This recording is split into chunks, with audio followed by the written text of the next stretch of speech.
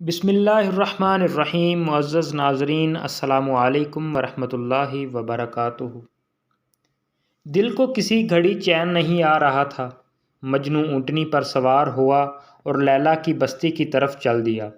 لیلا کے خیال میں کھویا ہوا مجنوں اور ہاتھ سے اونٹنی کی مہار کی گرفت ڈھیلی ہو گئی۔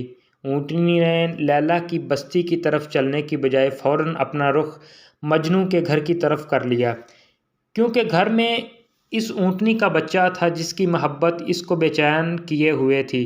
جب مجنوں کو عالم بے خودی سے افاقہ ہوا تو یہ منظر دیکھ کر حیران رہ گیا۔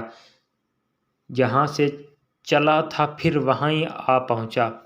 پھر دوبارہ اونٹنی کو لیلا کے گھر کی طرف چلنے پر مجبور کیا۔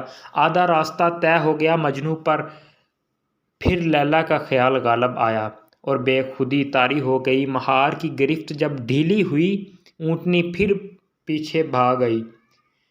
متعدد بار راستے میں اسی طرح ہی ہوتا رہا۔ مجنوں جب ہوش میں آتا تو خود کو وہیں پاتا جہاں سے چلا تھا۔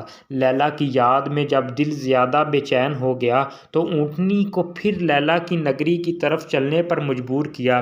تھوڑی دیر بعد لیلا کی یاد میں پھر بے خودی کا عالم طاری ہو گیا۔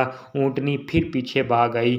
گھر کے قریب مجنوں کو ہوش آیا تو یہ منظر دیکھ کر اسے غصہ آ گیا اور کہنے لگا، میری لیلا تو آگے ہے اور تیری لیلا پیچھے، یعنی بچے کی محبت تجھے پیچھے بھاگنے پر مجبور کر دیتی ہے۔ اسی طرح یہ راستہ عشق طے نہیں ہو سکتا اور میں اپنے محبوب کی منزل تک تمام عمر نہ پہنچ سکوں گا۔ مجنوں نے اوپر سے ہی چھلانگ لگا دی، نیچے گرتے ہوئے زخمی ہو گیا۔ آج کا درس حیات یہ ہے۔ مولانا رومی فرماتے ہیں، انسانی جان صاحب عرش و فرش محبوب حقیقی کی جدائی میں فاقہ زدہ ہے۔ وہ اسے ملنے کی خواہش رکھتی ہے، جبکہ یہ خاکی بدن عیش و عشرت کی جستجو میں مثل اونٹنی کے سمت مخالف کو جاتا ہے۔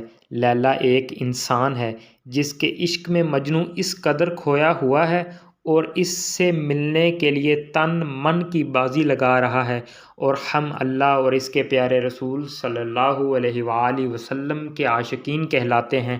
ہمیں اپنے قول و فعل کے ذریعے زیادہ عمل کرنے کی ضرورت ہے۔